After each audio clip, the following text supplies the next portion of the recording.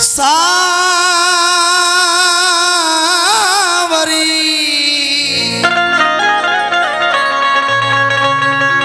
सवरिया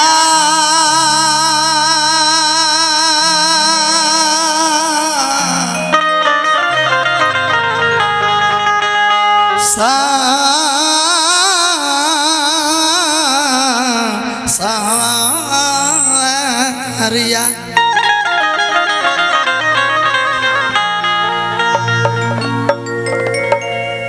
अशोक भैया जी बहुत प्यार दुलार मिलेला। जितना भी यूट्यूबर चैनल बानी सबका के हार्दिक स्वागत अभिनंदन बा। जौना जौना कलाकार के बियाह हो गइल बा मेहरारू से शिकायत जरूर बा। रात भर प्रोग्राम करेले त रतिया के तो बिजी रहते बाड़े, दिनों के नाती के बेटा कहाँ बिजी रहता रे। ओकर कहीं ना कहीं शक जायज बा। मेहरारू के शक बा कि नचनिया से फसल बाड़े तो तनी गमछिया दी तो मौगी कहता रे। अरे तबला लग बढ़ावा तने देखे दी हमारा इंस्ट्रूमेंटल भाई लाल पौला भैया कहने गइल का करस बेचारे वो थाकल बाड़। अच्छा आवे दी तो तनी आई जल्दी भैया कोना नु होई दोनों के कॉम्बिनेशन। तबला वाला में बेस बढ़ाई ना, तबला वाला में तनी बेस बढ़ा दे भैया। मौगी कहतारी कि दिन रात रहेला बीजी का कहिए सखी हमर भतार रोज दुगोला प्रोग्राम करता रे। रात के दुगोला गावता रे हमें ले घरे चरगोला के फेरा में बानी। कि दिन रात रहेला बीजी सखियों कर बनवल बनी जी।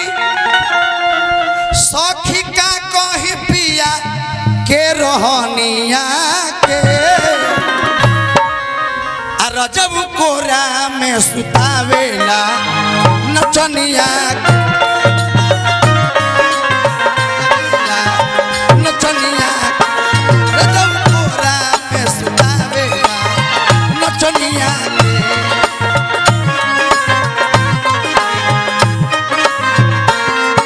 दिन रात रहेला बीजी संयोकर बनवल बनी जी। सखी का कहीं पिया के रोहनिया के चले दी रजब कोरा में सुतावेला नचनिया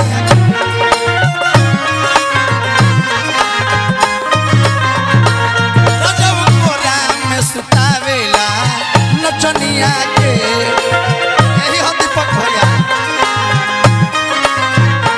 आज हो पहिला मिलनवा सुनो सजनी के सनन।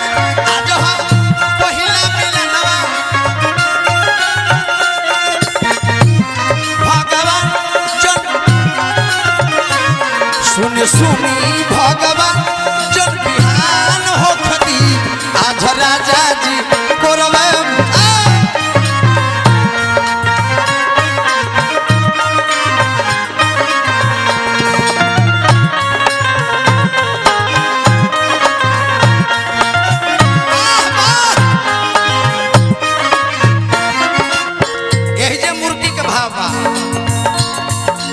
जितना भी लेडीज कलाकार में बाड़ी तो अदिति से बढ़िया कोनो मुर्गी ना मारे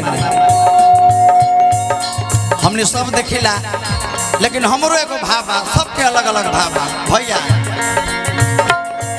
पहले प्लेन मुर्गी रही एक बाद चक्रधार मुर्गी रही तो मुर्गी मारे लू थोड़ा बहुत मार दो काता नाल दुख सखी जगह पर बाड़ी तनी मनी कम बा हमर ओली देखो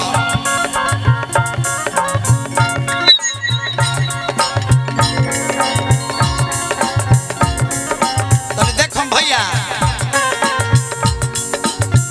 नाल वाले भैया तबला वाले भैया नाल से तबला पा गए चलिए ऑलराउंडर कलाकार बने रमेश भाई छतराज करता रे भाई बहुत बहुत आशीर्वाद बा काता नाल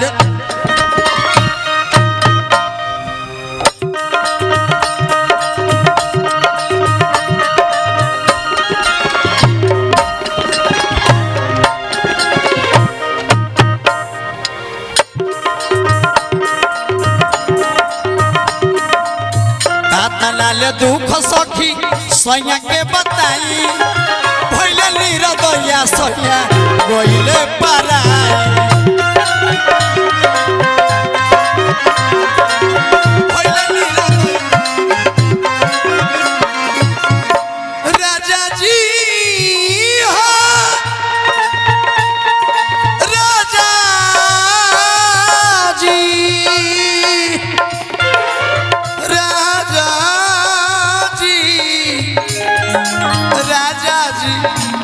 राजा राजा राजा जी तनी चाहवा देती जी कि तनी एगो मुर्गी के भाव तनी रहो जानता का के रवा के बड़ी डांस गायन के साथ साथ रवा के नृत्य भी भर बहुत ज्यादा बा आग्रह रही विनती रही तनी आ जाए हमने दोनों के वायरल भी भइल बा एक बार जोरदार ताली बजाइए अदिति जी के नाम पर चारों तरफ से तबला की चटनी में साउंड बढ़ा दो। हेलो वाह वाह मोबाइल में फूट जाए दे महंगा बा एप्पल के तबला वाले भैया और ढोलक वाले भैया दोनों आदमी का और भी बीट मुझे कट में चाहिए। क्या बात है सही तब हम मार पाएंगे। ताली बजाएं जोरदार ताली बजाएं अदिति राज के नाम पर गायन वादम चंद्रितम प्रत्यक्षम किम प्रमाणम भिखारी ठाकुर जी भोजपुरी के शेक्सपियर ऐसे नहीं थे और गाने के साथ साथ नृत्य भी करते थे। हाँ ये होना जरूरी रहता है तभी तो मजा आता है बाकी आजकल तो हम ऐसे ही बदनाम हो जाते हैं और कल वाले आजकल निमन गाना के भीभर नहीं है न निमन गाना के भीभर रही तो हम एगो गल रहनी है कि भाषा भोजपुरी है मतारी अच्छा जेकर पूजले भरत भिखारी गावल गंदा हो गईल धंधा अरे आज समैया कैसन बा आ जौन माई बहन न चिन्हे ऊ गवैया कैसन सुर के नलूर बबुआ जिसको सुर का पता नहीं है उसका करोड़ों रुपया का बिल्डिंग है करोड़ों रुपया का फॉर्च्यूनर है सुर का पता नहीं है।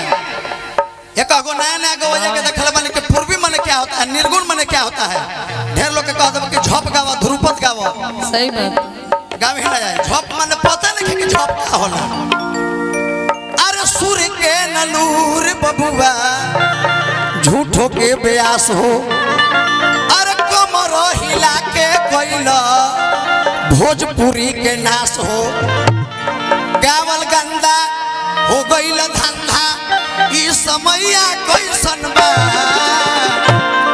आ जवन माई बहिन न चिन्हे ऊ गवैया कैसन।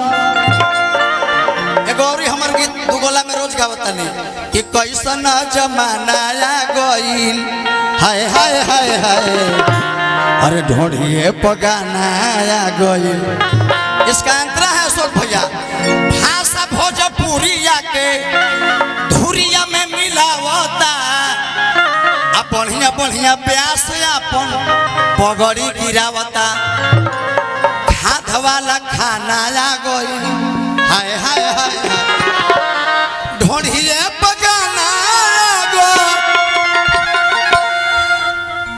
आजकल ये ओरिजिनल है भाषा भोजपुरी के लोग गर्दा उड़ा ही देते हैं बाकी आजकल का ट्रेंड आ गया है कि ढोरी के पीछे ही लोग लग जाते हैं इस पे हम भी गाए थे अंतरराष्ट्रीय गा दिले बाड़ी के ढोढ़े के नीचे शहर लुधियाना बा अब कौन शहर लुधियाना बा सारा हम अब जरा प्रदेश कमा के जाके बता लुधियाना मत जा वही जे अटैची लेके हाजिर हो जा का करबो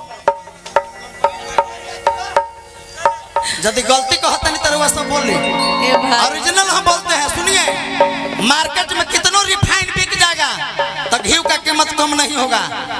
कोई लाख कलाकार अपने आप को समंदर हो सकता है लेकिन तुम्हारे अंदर तेल डुबाने का क्षमता नहीं है बेवकूफ। तुम तेल को नहीं डुबा सकते हो गया ओरिजिनल ओरिजिनल होता है। सबसे पहले यहाँ पर जो भी हमारे भाई मित्र माता बहन लोग बैठी हैं सभी को प्रणाम, जय माता दी। एक बार ताली बजा के ताली बजा के आशीर्वाद। बाकी हमारे गुड्डू जी बहुत अच्छे गाते हैं, निर्गुण तो बहुत कमाल के गाते हैं, पूर्वी भी गाते हैं। जो गाना कह दीजिए इनको गाने के लिए, मतलब इनसे टक्कर लेना, चक्की में पिसाना एक बराबर है, क्योंकि दुगोला का नब्यास है। तो इनसे जोन टक्कर आएगा तो पहले हम स्टेज में गावत रहनी आदित्य जी, लेकिन नचनिया फेल कैलो सुनो तो हम कहने कि बाप रे बाप स्टेज प्रोग्राम गावल छोड़ न भोभुन फूट जाई। तो दुगोला गावे लगले धोती पहन के, तो तनी मुर्की तनी ले ली, एक बाद रुआ हम जाई फिर भैया। बाकी हम आपसे एक लाइन का है, मुर्गी तो मारवे करेंगे। मेरा एक नया गाना है कि दुबई में जाके दोबारा गैला राजा जी, ऐसे भी दुबले पतले है ना, हा? कि दुबई में जाके आज दोबारा गैला राजा जी, आज कवन सबत पे बताओ कि कवन सबत पे लुभा गइलो।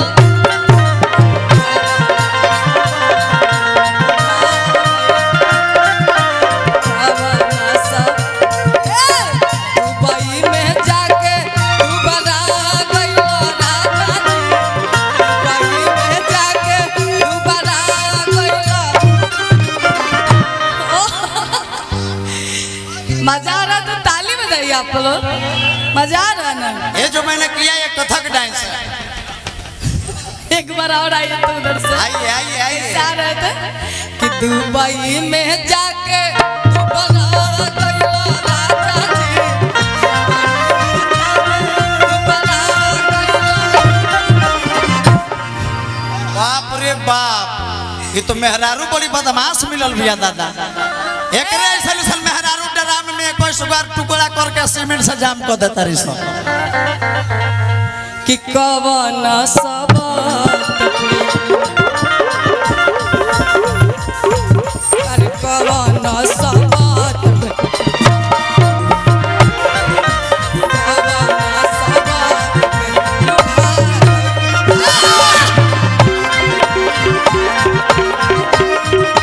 राजा जी, कवन सबत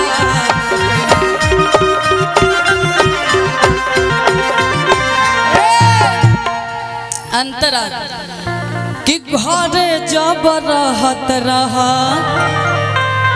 मांगत रह नाश्ता, नाश्ता ना देते रहल हो तबे हम दुबई गई नहीं है। एक दिन पकौड़ी चाही और एक दिन पास्ता। यही पे कहता नहीं आदिति, अरे कि दुबई सधारना, अरे फ्लाइट ये राजा जी। डफरा के भाव लागल, डफरा है तोहरे सर मेहरारू कहतारी तो मर्दाना कहतार कि काहे खाते इतना हमरा के दोष देता रू। मौगी कहतारी का कहता है दुबई से अरे धालना, डालना, अरे फ्लाइट ये राजा जी। ये जखमी जितेंद्र के गीत लिखल है, और की चोली के जो बनवा करे फाइट ये राजा जी, चोली के जो बनवा करे फाइट ये राजा जी।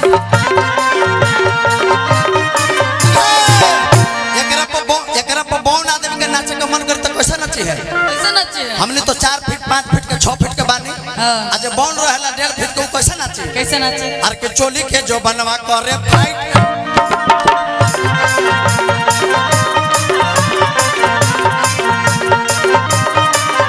अरे कटहर के कोवा तू खइबू, अरे कटहर के कोवा तू खइबू, हई बड़का मुगलवा के खाई, हई बड़का मुगलवा के। अरे कटहर के कोवा तू खइबू, अरे कटहर के कोवा तू खइबू, हई बड़का मुगलवा।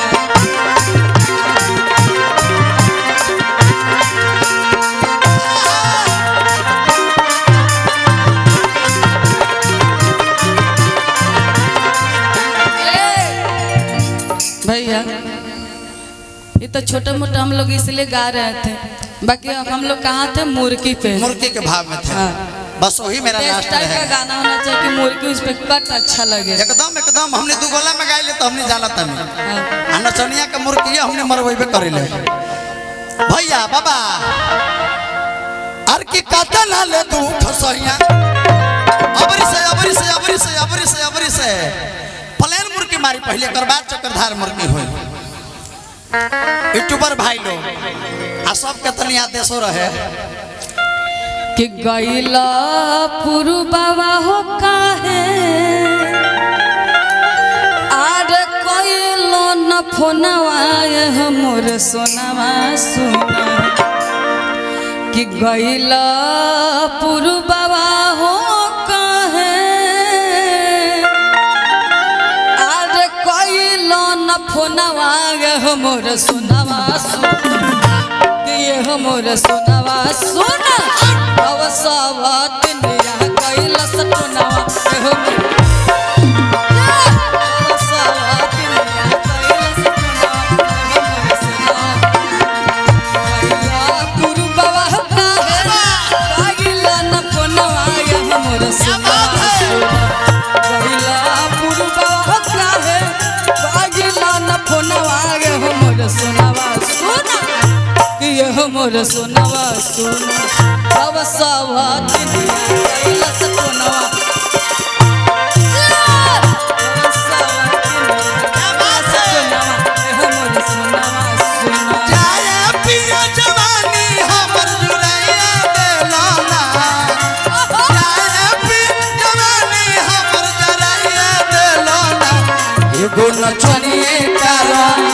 नचनिए कारण कनिया के भुलाइए रे गइलो एगो नचनिए कारण कनिया के भुलाइए रे गइलो एगो नचनिए कारण आवा